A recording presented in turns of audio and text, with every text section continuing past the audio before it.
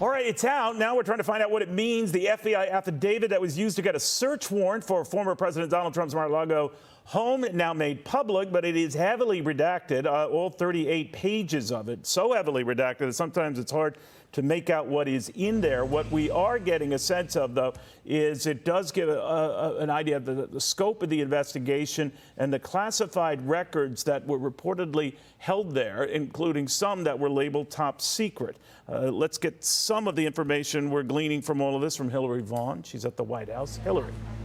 Hey, Neil, well, we're getting a picture about how this all began at the start of this partially redacted affidavit from the DOJ, the way that the DOJ made the case to obtain this search warrant and ultimately raid Mar-a-Lago and obtain these documents in the first place. It all started this January when the National Archives received 15 boxes from former President Trump's office, and the National Archives found in those boxes, mixed in with other records, classified information. That then tipped off the FBI to start an investigation to figure out how classified information left the White House with the former president. So they made the case to the judge that because of that, they think that there is probable cause to believe that more documents containing classified information were at the premises at Mar-a-Lago. Interestingly, we're also getting some indication that these reports that there has been a mole at Mar-a-Lago that has been cooperating with the FBI investigation. In this document, it does mention intelligence information derived from clandestine human sources, commonly referred to as human intelligence. It doesn't go further than just defining what that is. There's a lot blacked out in this. And just to give you perspective, under the probable cause portion, that they make the case where documents containing classified information and presidential records were at Mar-a-Lago, this is the reasoning that they're spelling out. Blacked out information. So that's essentially what we're working with and trying to get an idea of what the probable cause was. Perhaps there's information from the informants. There's obviously information that the FBI gleaned from their investigation to back this up. But I want to end with this.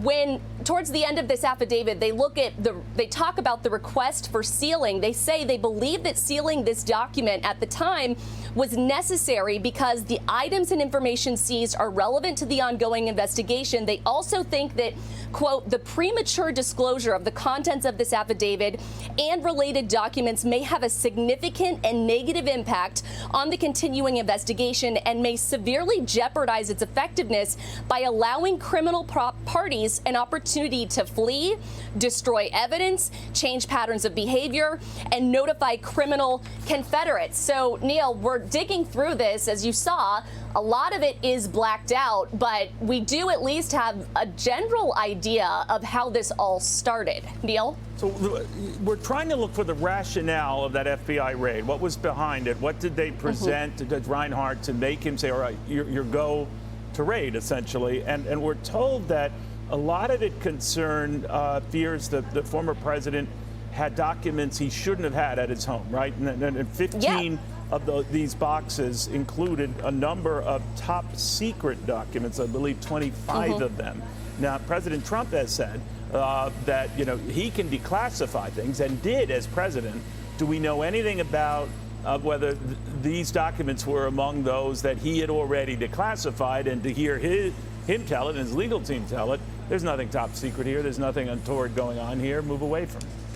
So what's interesting, Neil, is included in these sealed document releases, there was a letter from former President Trump's attorney, Evan Cochran, where he was making the case to the DOJ back in May when they were still going through this negotiation period with the National Archives, trying to get information from the former president about what he might still have, what documents still might be there.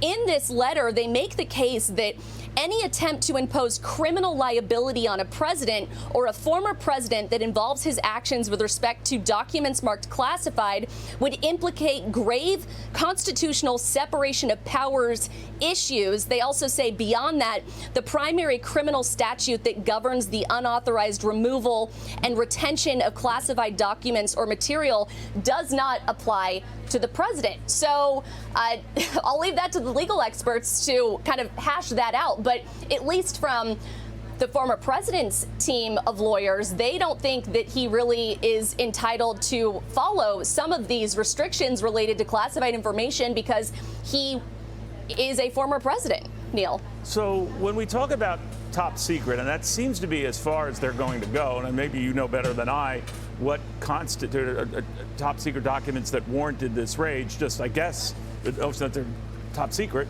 the president shouldn't have them. Of course, as you pointed out, he disagrees with that notion, but we don't know what was so top secret or what was so, you know, alarming to that warranted something like this, because as you pointed out, Hillary, this is unprecedented. We've never seen anything like this where a former president's home is searched, raided, the president says ransacked by the FBI. So I guess they're just going to leave it out there with all the redactions.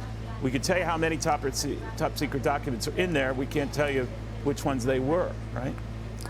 Yeah, exactly. And I will say on that point, just kind of glancing at the way they spelled out some of the definitions that they're using for the basis for the probable cause, they do talk about classified information, saying it may be marked as non-releasable to foreign nationals, governments, U.S. citizens to indicate information that may not be released in any form to foreign governments, foreign nationals, organizations, or non-U.S. citizens without permission of the originator. But Neil, in terms of the nitty-gritty of what this classified information actually means, what it was, we don't have those details. It's probably under this black ink that we printed out, and so we don't really have the details on that aspect of what actually was in these documents in the 15 boxes and the additional documents that they were able to retrieve when they raided Mar-a-Lago and obtained more documents. Neil? You know, there were a lot of documents they do allude to. They talk that these boxes contained 184 unique documents bearing classification markings, I should say. Some of the documents